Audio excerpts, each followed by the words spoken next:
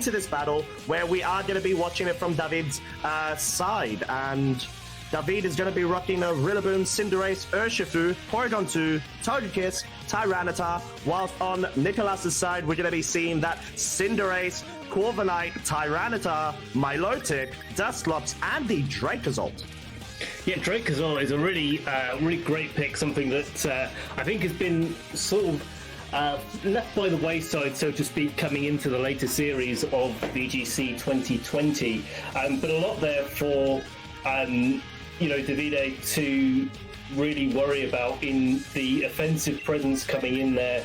No Intimidate, not going to be able to set off competitive ability from Milotic, but maybe just watching out for those max moves there.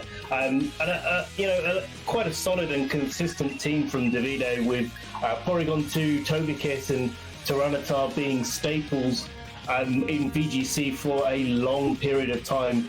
Nice and solid, nice and bulky, able to switch around quite a lot.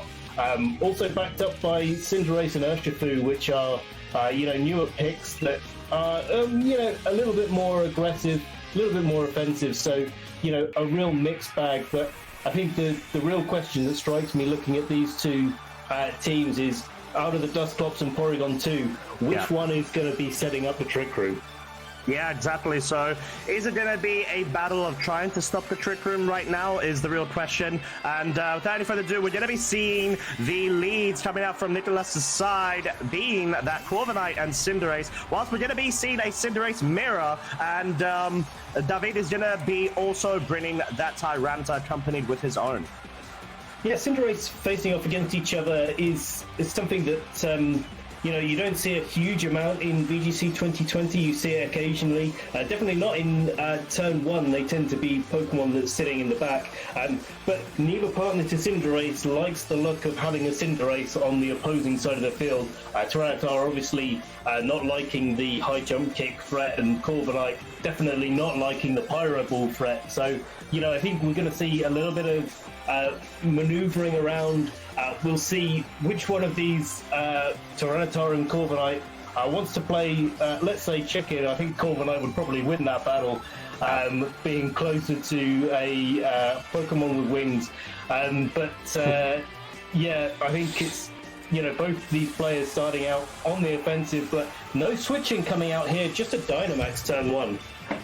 Yeah, Dynamax coming out turn one, and it will be from David's side with the Cinderace, G-Match Cinderace at that, being able to go ahead and unleash all sorts of trouble on Nicolas' side, unless Nicolas goes for the exact same move from his end as well, which we are seeing him go for that Dynamax, but we're still unsure which Pokemon he does decide to go for. You would think it would be the Cinderace, and it might be a Speed type, which it is a Cinderace, and it is another G-Max Cinderace. So this is all coming down to if it is a Speed type, because the Speed type right now, the 50-50 chance is going to be so huge if one Pokemon decides to go for Max Airstream to make its partner quicker. But before that, we're going to see the Tyranitar on David's side go for that Protect, as the Max Airstream comes out first from David's Cinderace itself, with that Libero ability being used there, changing it to the Flying type, goes into the opposing Cinderace, deals huge amounts of damage, indicating it is probably that Life Orb set, as it does increase the speed of both itself and the Tyranitar.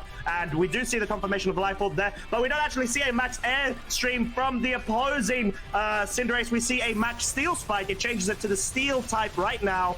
It goes into its opponent, its arch nemesis on the other side, whilst boosting its defense by 1, and as well as the Corviknight. So this might be more of a strategic play from Nicolas' side, as he goes for the Tailwind. Strategic play confirmed, Ben. That was a really solid play from Nicolas' side, being able to guarantee that his Cinderace is now the quickest one.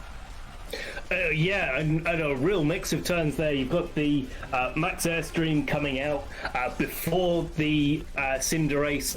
So Davide's Cinderace went before Nicolas' Cinderace, and so you saw the interaction of type changing there, where Max Steel Spike actually did quite a lot more from Nicolas, because it wasn't resisted by Cinderace's natural fire typing. Tyranitar protecting itself from the potential high jump kick, and I think Davide was looking for maybe to lose that speed tie, a type change, and be able to max airstream again. But here we go, another max airstream. So this is Nicolas's Cinderace now changing to the flying type and launching a big max airstream into Davide.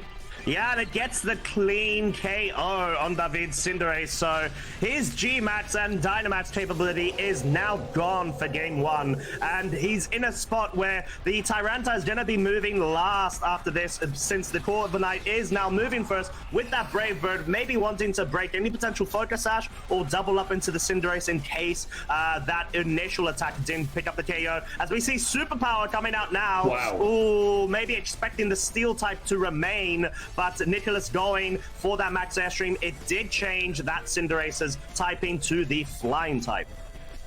Yeah, and this is one of the reasons that Cinderace is so difficult to play against. Always changing type potentially every turn, and has access to lots of different coverage moves, so has a full breadth of types that it can be with that Libero ability. Davide not on the right side of that this time, made the incorrect prediction, but hey, he may get it right next turn, you never know.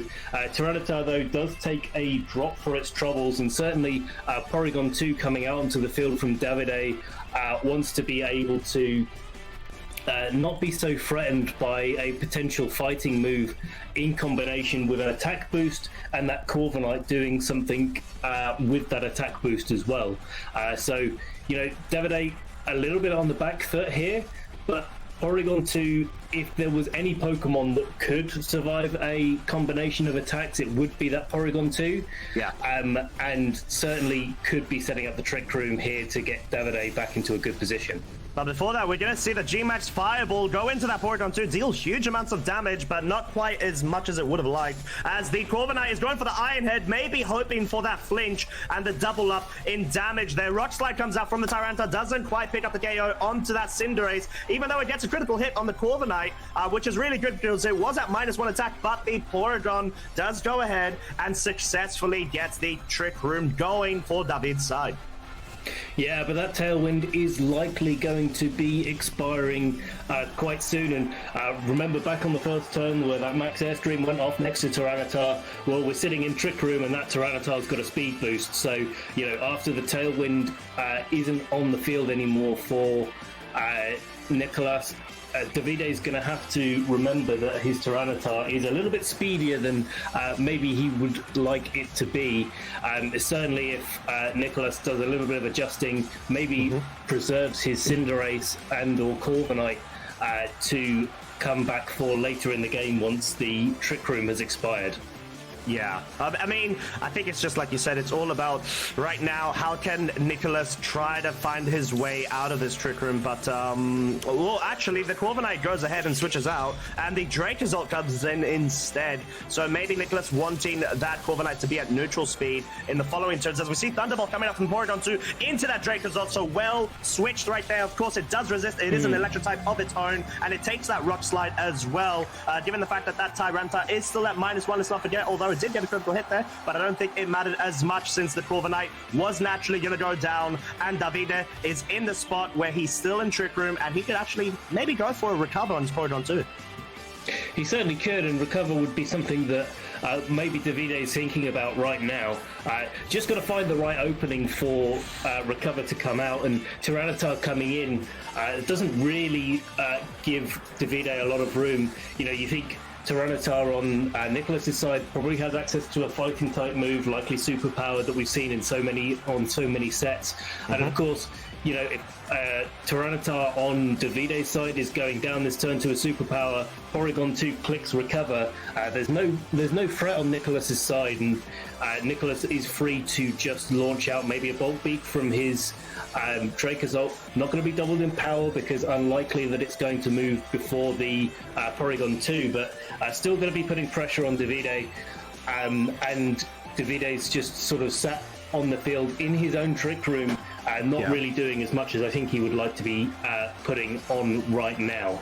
Yeah, and we're just going to see the Porygon 2 go for the recover right there. Wants to be able to extend its time on the field as the Tyranitar on Nicolas' side is going to move next. Straight after, Rock Slide does come out. The Tyranitar on Davide's side could have been flinched, but it was not. The Superpower comes off successfully, but does not actually pick up the KO onto its mirrored Pokemon across the field as that Tyranitar on Nicolas' side now gets its weakness policy proc, so not the best spot for Davide as the Volbeat lands and comes out, of course, from Nicolas' side onto that Porygon 2, but doesn't actually pick up a KO as the Sandstorm does now subside.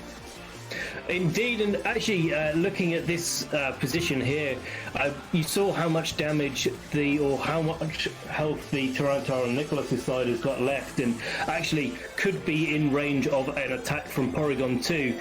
Question is whether Porygon 2 wants to recover again or not, whether Nicolas can take advantage of that sort of opening to maybe launch another Rock Slide, especially after that weakness policy has been activated. Maybe wants to protect it for Trick Room, which is going to be expiring fairly soon. But no, Porygon 2 not wanting to do anything this turn, just switching straight back out into Rillaboom. Rillaboom is going to be able to go and set that grassy terrain thanks to its grassy surge ability that we saw just on the screen right now. Tyranitar on Nicolas' side is going to go for that superpower though, and will be able to pick up the KO onto Davide's Tyranitar right there. So being able to once again guarantee that it can move first, at least as we saw in the previous turn, as the Bolt Beak does actually miss. I know it would have resisted, of course, onto that Rillaboom side, but any chip damage right now onto a Rillaboom is important. It certainly is, but I think what's more important is whether that Dracozolt gets to the end of Trick Room or not. That Dracozolt was being undersped by a +1 speed Tyranitar in Trick Room, and so you like to think that that Dracozolt is probably trained to be pretty fast. Certainly going to be faster than Porygon 2, and I think, you know, with the threat of Grassy Glide coming out to Nicolas's Tyranitar, that's not going to be on the field for too much longer. The Cinderace in the back isn't going to be likely to be on the field for too much longer either, but Rillaboom doesn't have too many great ways to deal with Dracozolt. So if Porygon 2 goes down, which is very likely from a full-powered Bolt Beak, certainly from this range, and potentially even after some recovery, there could be Rillaboom versus Dracozolt in the end game, and I know which one I'd be rooting for. Yeah, we're going to see the Porygon 2 just go for that safe Thunderbolt into the Tyranitar, maybe foreshadowing what could happen to that Corviknight in the back of Nicolas' Pokemon, as we're going to be seeing the high horsepower come out from the Rillaboom, pick up the KO, thanks to maybe a critical hit. It all depends on how this Dracozolt is trained, of course, as well as the Rillaboom, but Davide is going to be able to pick up a clean double KO on that turn, allowing that Nicolas's Corviknight to now be coming in and hoping to try to 2v1, but I'm not sure. I mean, Corviknight can do that, but it all depends on what kind of set it is.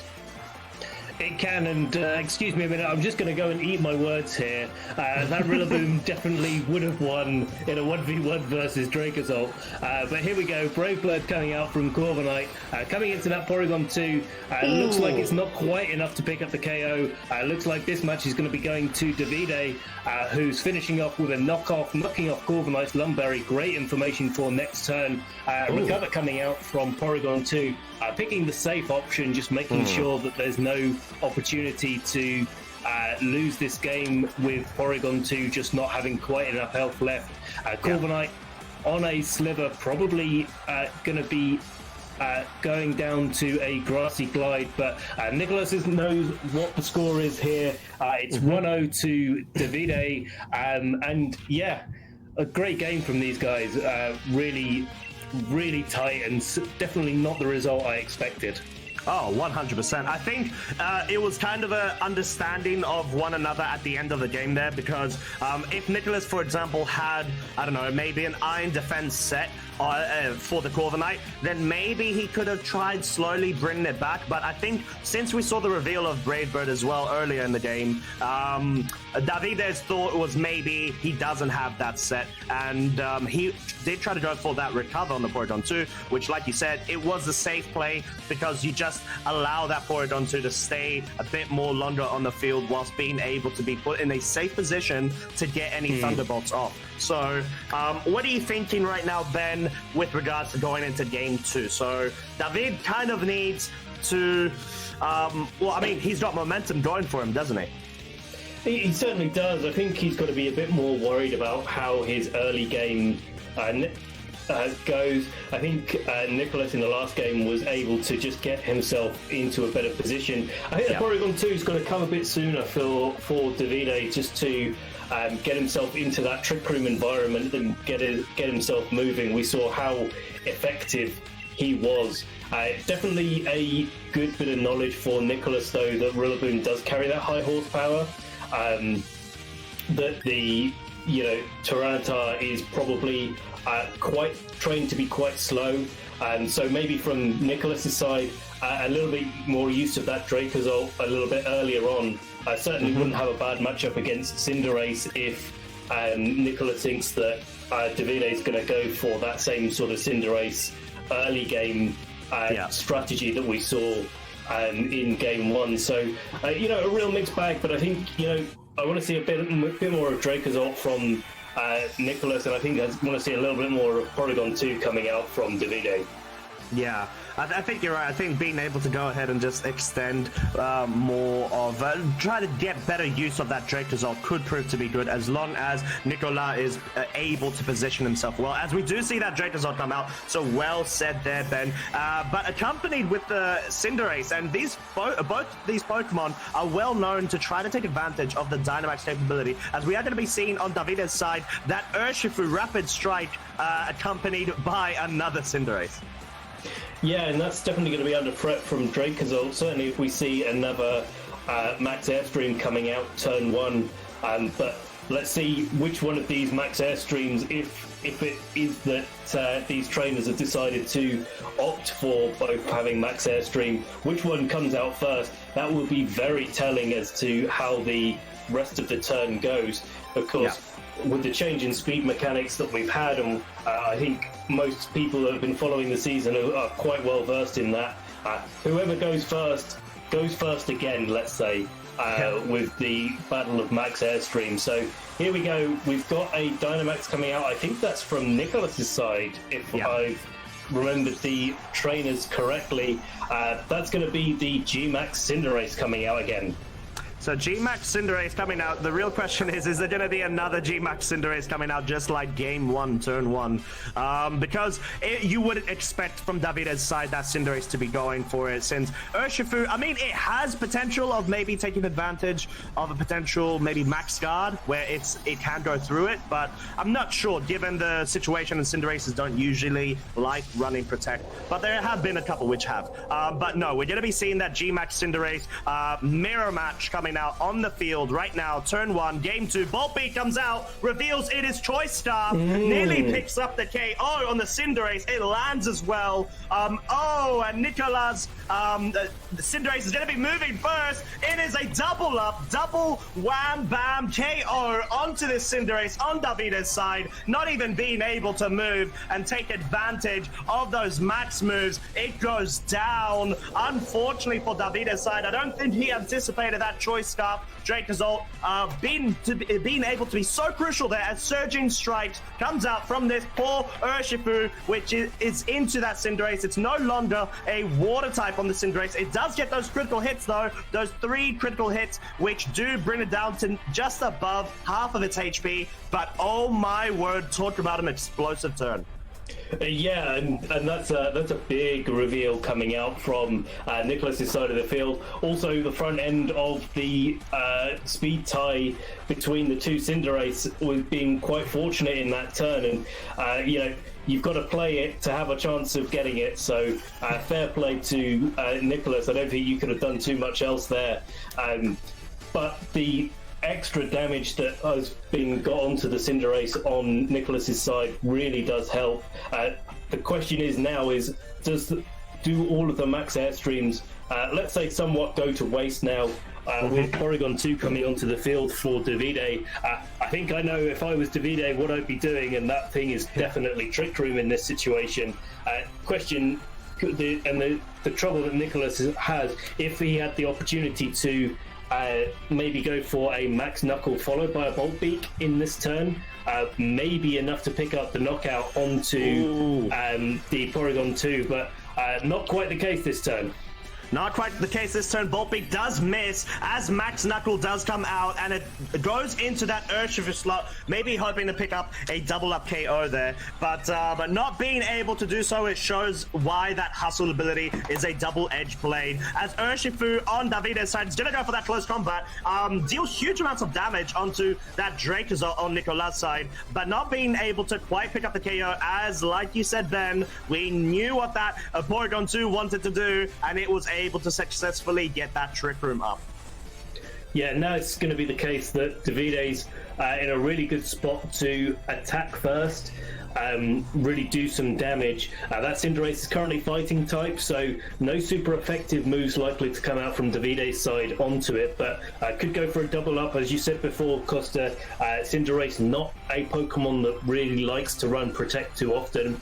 Now Boltbeak is definitely not going to be going first after a speed boost, and with that Choice Scarf item, it's a lot less of a threat. Certainly still a threat to Urshifu, but definitely not a threat to Porygon 2 for the next 4 turns. Yeah, definitely. And we do know that Porygon 2 as well did get that download boost, which means it is at +1 special attack, and we could see that damage output paying dividends as a double up from the Porygon 2, and the Urshifu is more than enough to pick up the KO onto that Cinderace. Thunderbolt coming out from Porygon 2, and the close combat coming out from that Urshifu, spelling Nicolas' Dynamax troubles down to 0 as Voltbeak comes out from that Dracozolt, does go into the Urshifu slot, and does pick up the KO. Of course, the Urshifu does have that water typing. It is very weak to that electric type Voltbeak. It is, but I think that's probably not the move that. It's really a tough one, but Nicolas has given Davide the opportunity to bring in his own Rillaboom in this situation almost for free here. And so combinations of knockoffs, high horsepowers, all of those good things is going to put Davide in a position where he's got 3 turns to use his Trick Room. Of course, the Dracozolt isn't able to protect itself. The download boost from Porygon 2 launching Thunderbolts out into the Corviknight is going to do quite a lot of damage, and of course the knockoff, while Corviknight has that Lumberry still on its person, will be doing more damage as well. And it's likely that, based on the last game, that Tyranitar's in the back for Nicolas, and certainly Nicolas won't be wanting his Tyranitar to be in front of this Rillaboom for too long. Certainly not if the Porygon 2 can whittle its health down with Thunderbolts and Ice Beams before the Rillaboom goes for that Grassy Glide move to knock it out before the weakness policy gets activated. But we're going to see the Corviknight is going to get faked out from that Rillaboom this turn, not allowing it to move as there's a double up. The Thunderbolt goes into the Corviknight, nearly picks up the KO. Oh my word, what amount of damage was that as the Voltbeak comes out from that Dracozolt into the Porygon 2 slot, making you wonder why didn't that Porygon 2 ever get hit by that move before, because that was a huge amount of damage onto that Porygon 2 as well. Definitely, and we're now in a position where the Corviknight can go down to any attack that either Rillaboom or Porygon 2 wants to go for, and that Dracozolt's not looking too healthy as well. So really nice play there from Davide, not going for the knockout on the Dracozolt that turn. But he's going to ensure that KO onto the Corviknight from that Porygon 2's Thunderbolt. So getting rid of that Pokemon for game 2, as Rillaboom's just going to go for that safe knockoff, hoping that it's enough to pick up the KO, and of course it is, in case there's for some reason a switch out, as we do see, of course, that Choice Scarf being officially revealed through text, of course, getting knocked off of the Dracozolt's person, or should I say dragon. Yeah, indeed. But not the Tyranitar in the back, just Milotic, and I think that spells disaster for Nicolas. Thunderbolt, we saw how much damage that did to the Corviknight, and Milotic's a little bit more bulky, but definitely not bulky enough to survive that grassy glide. That's chance. a clean KO for Davide, and it is Davide that's going to be taking this game, going 1-0 up at least for Italy in this turn. Yeah, that was very impressive. I mean, you'd think that Nicolas had a couple of options, and it really worked out. That turn 1 in game 2 was so explosive. It's insane. And just being able to just take advantage of all of that momentum and not even allow Davide to be able to, take advantage of his own Dynamax there, and he max moves off. He wasn't able to do that, but you know what he was able to do? Get that Trick Room up and going, and go ahead, get the download boost of the special attack for that Porygon 2. Make sure that it is more, that's not only just a trick